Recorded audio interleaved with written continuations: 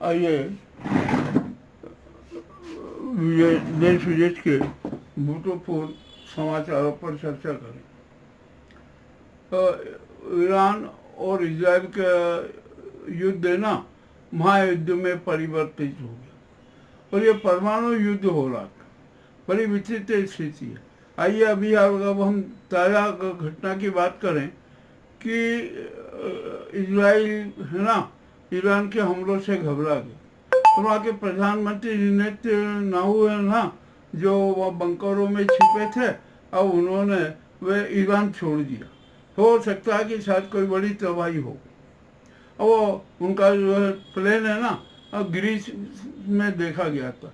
अब जो भी हो, क्या स्थिति बनती है यह भी कंफर्म नहीं है, किंतु यह ऐसी हो रही है चर्चा कि अब नाउ ने है ना इजराइल छोड़ दिया। जनता भी अब उनसे नाराज है, जो भी हो ठीक होता। अभी जो है ना इजराइल ने ईरान पर फिर हमला किया और उसके एक डिफेंस सिस्टम को तबाह किया। ये भी सही है। अब यहाँ पर है ना, ईरान अभी आज 2000 मिसाइल के साथ इजराइल पर हमला करने जा रहा और उसका जो हमला हुआ ना, तो इजराइल कितना तबाह हो जाएगा ये भी अपने आप में पहचाने। हो सकता है 2000 में से अरे 20-25 मिसाइल भी वहाँ अपने टारगेट पे पहुँच गए ना, तो बड़ा वो होगा। और अभी एक समाचार आया कि जो इजराइल ने परमाणु शहर पे हमले किए थे ना ईरान के, वहाँ रेडिएशन फैल गया ना, परंतु ऐसा नहीं है, वहाँ पर रेडिएशन नहीं फैला। INAE ने है ना जो अपनी रिपोर्ट दे दी है कि अभी कोई रेडिएशन फैला नहीं है, ऐसी कोई संभावना भी नहीं है। अब यहाँ ईरान के साथ है ना चीन खड़ा हो गया, रूस खड़ा हो गया, अब तो है ना लेबनान और जॉर्डन भी उसके साथ हो गए। यानी विचित्र स्थिति हो गई। मिडिल ईस्ट है ना अब 2 भागों में बढ़ गया। अब यहाँ पर इसके बाद क्या स्टेप बनेगी, ये भी एक बड़ी सोचने की बात है। सऊदी अरब में है ना अमेरिका के 6-7 स्थानों पर मिलिट्री बेस है। अब जैसे इजराइल में नाहू वहाँ से भागे, इजराइल छोड़ के चल दिए और वहाँ पर भारी तबाही हुई, तो ये ईरान की जीत मानी जाएगी। और अपने ईरान है ना इस जीत के उन्माद में जो अमेरिका के जो कैंप है ना 6-7 सऊदी अरब में, वो उन पर भी हमला कर सकता। अब ये स्थिति और गंभीर होती जा रही है और ऐसी स्थिति में अमेरिका है ना अब इजराइल नहीं लड़ेगा, अमेरिका ईरान से युद्ध करेगा और ईरान भी चुप नहीं बैठेगा। उसने भी चुनौती दे दी है कि हम अमेरिका से भी निपटेंगे। यानी पृथ्वी पर है ना इस धरती पर महाविनाश होने का, यह मानव जीवन के लिए बड़े संकट की बात होने जा रही है। अब ये रूस और यूक्रेन का जो युद्ध चल रहा है ना, पुतिन को चाहिए कि अब वो सब बंद कर दे, बिल्कुल ही बंद कर दे।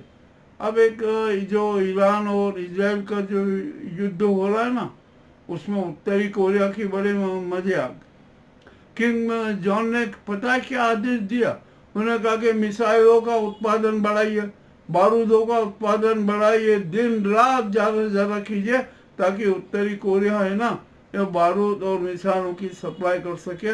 वो किम जॉन है ना, किम, वो ईरान के पक्ष में। और यदि उन्होंने ईरान को है ना भयंकर घातक मिसाइल भेज दी ना, तो बड़ी मुश्किल हो जाएगी। अब इजराइल तो तबाह होने आ गया, ये भी एक बड़ी खराब बात हो गई है। अब यहाँ पर जो संयुक्त राष्ट्र संघ है ना, वो भी कुछ करने की स्थिति में नहीं है। वो सिर्फ मूक दर्शक बना हुआ है, खाली बातें कर लेते, वहाँ हो जाते हैं, प्रस्ताव पारित हो जाते हैं और उसका कोई परिणाम नहीं आता। अब इजराइल और ईरान युद्ध में है ना पाकिस्तान के चेहरे से भी नकाब हटा। पाकिस्तान धन के लिए सब कुछ कर लेता है, उसका दोहरा और दोगला चरित्र उजागर हो गया। अब ईरान से यूँ तो दोस्ती बताता है, परंतु अमेरिका के पक्ष के उसमें हथियार का वो करता। और मुझे तो कहीं शंका है कहीं ऐसा ना हो कि पाकिस्तान है ना अमेरिका का सैन्य अड्डा बन जाए। क्योंकि यदि अमेरिका का सैन्य अड्डा बन गया ना, तो वहाँ पर ईरान पर हमला करने में बहुत आसानी हो जाएगी। अब देखते हैं क्या होता है क्या नहीं होता है। अब भारत की स्थिति बड़ी विचित्र हो गई है। अब जो अब यह है ना, इजराइल के बिल्कुल पक्ष में लग रहे थे ना, ये स्थिति खराब हो गई। और इसका प्रभाव है ना कश्मीर में पड़ेगा। कश्मीर में भी स्थिति बड़ी वैसी होती जा रही है। अब पूरे कश्मीर को है ना सेना के सुपुर्द करना पड़ा कि आप सुरक्षा कीजिए, ये कीजिए, कहीं कुछ नहीं हो, और स्थिति बड़ी हो गई। ईरान में भी है ना आपातकाल की घोषणा कर दी है, और इजराइल ने भी आपातकाल की घोषणा कर दी। दोनों देशों ने संकटकाल की घोषणा कर दी। नुकसान दोनों तरफ से हो रहा है, बहुत ज़्यादा नुकसान हो रहा है। ये अति घातक है। अब यहाँ पर हम भारत की बात करें ना, तो ये अभी जो प्लेन है ना, अहमदाबाद में जो प्लेन क्रैश हुआ ना, उसमें दिवंगतों की संख्या 270 हो गई हुई। अब क्या कर सकते हैं, ये तो हो गया। और अमित शाह ने तो क्या किया, हम क्या करें, हम हाथ से रोक ही नहीं सकते।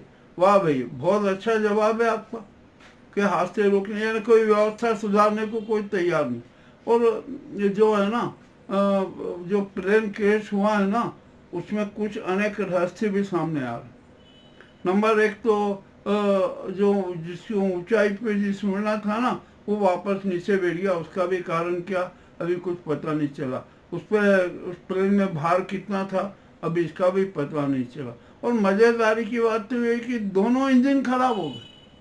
अरे वो बर्ड हीट एक में होती तो उसकी 25% क्षमता कम हो जाती, तो दूसरा इंजन को तो कोई बर्ड हर्ट हुआ नहीं, तो ये कैसे हो गया। कुछ भी नहीं हुआ है। इसका जो एक ब्लैक बॉक्स मिला है ना, उसमें एक विचित्र बात भी सामने आएगी, हो सकता है कि जो इसमें 1,23,000 लीटर फ्यूल भरा हुआ था ट्रेन में लंदन जाने के लिए, ठीक है ना, वो भरा हुआ था। किंतु मजेदार बात ये सामने आई है कि फ्यूल सप्लाई का वाल्व है ना, वो बंद मिला। और बंद मिलने के कारण है ना इंजन ने जितनी भी थी वो, जब तक उसको फ्यूल था जब तक उड़ा, बाद में जब फ्यूल की सप्लाई नहीं हुई तो वो नीचे आने लगा। यह अति रोचक मामला है। हमारे जो प्लेन के पायलट थे ना, उन्होंने तो बहुत कोशिश की, बचाओ मेडी का भी संदेश दिया, किंतु उसका भी कोई जवाब नहीं दिया। अब यह मामला है ना बहुत 8 एजेंसी जांच कर रही है। अब 8 एजेंसी की जांच की क्या रिपोर्ट आएगी, क्या होगा, ये सब देखेंगे, बाद में बताएंगे। अभी तो हमने आपके सामने जो तथ्य प्रस्तुत किए हैं ना, ये जो अति रोचक समाचार हैं, ये घातक हैं, मानव समाज के लिए दुखदायी हैं। और जो बाबा वेंगा है ना, जिनकी भविष्यवाणियाँ बिल्कुल सटीक होती रही हैं, उन्होंने भी स्पष्ट घोषणा की थी कि 2025 में 2 सैन्य शक्तियों के बीच महाविनाशक युद्ध होगा। और ये इजराइल में ईरान है ना, ये दोनों जो सैन्य महाशक्तियां के दोनों के बीच में शुरू हो। अमेरिका को भी आश्चर्य लग रहा है कि ईरान सैन्य शक्ति में इतना सक्षम हो गया है क्या। वो मुगालते में थे, कुछ भी हुआ चले। और बाबा वेंगा ने एक बहुत बड़ी भविष्यवाणी की। उन्होंने कहा कि 2027-28 तक है ना, पृथ्वी पर महाप्रलय होगा। अनेक प्रकार के भूकंप आएंगे, ज्वालामुखी फटेगी, बाढ़ आएगी, कहीं सूखा पड़ेगा, कहीं वर्षा होगी, अति वर्षा होगी। यानी धरती पर है ना, ये 3 साल बड़े संकट के रहेंगे। आज एक हमारे देश के लिए थोड़ी सुखद घटना आई कि अनेक प्रदेशों में मानसून ने दस्तक ली दी। यूपी में आ गया क्या, मध्य प्रदेश में भी कहीं कहीं हल्की बारिश हो रही, हो सकता है कि 2-3 दिन में मानसून पूरा सक्रिय हो जाए। अब यह स्थितियां चल रही है हमारे यहाँ पर। अब है ना बड़ी विचित्र स्थिति हो गई है। भारत की तो स्थिति इतनी खराब हो गई है कि अब उसको संभालना मुश्किल। और जो ये नाजी गैंग है ना, जो अहमदाबादी गुजराती गैंग जो सरकार का दावा भरती है, उसमें भी कोई दम नहीं है। उनको किस तरीके से राष्ट्र का संचालन होता है ये बिल्कुल याद नहीं। अब जो भी है हो गया है ना, अब तो जनता को महाक्रांति करने पर हमारा होना पड़ेगा, उतरना पड़ेगा।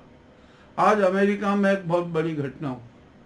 वहाँ 2 सांसद थे, वहाँ घर में घुसकर दोनों सांसदों को गोली मार दी गई, हमला किया गया। एक सांसद की पत्नी और पति दोनों की मौत हो गई, और दूसरे सांसद है ना, उनको कुछ थोड़ा गोलियों का कम हुआ, वो और उनकी पत्नी घायल हो गई। अमेरिका में भी खूब हिंसा चल रही, इतनी हिंसा हो रही है कि हद से ज्यादा, अब कुछ भी नहीं कह सकते। यानी सच तो ये है कि हमारे यहाँ है ना, आदमी अपना मानवीय मूल्यों को खो चुका है, मानवीय मूल्यों की संस्कृति खो चुका है। उसको तो सिर्फ अपना स्वार्थ और उन्माद याद है। ये स्थिति बड़ी घातक है।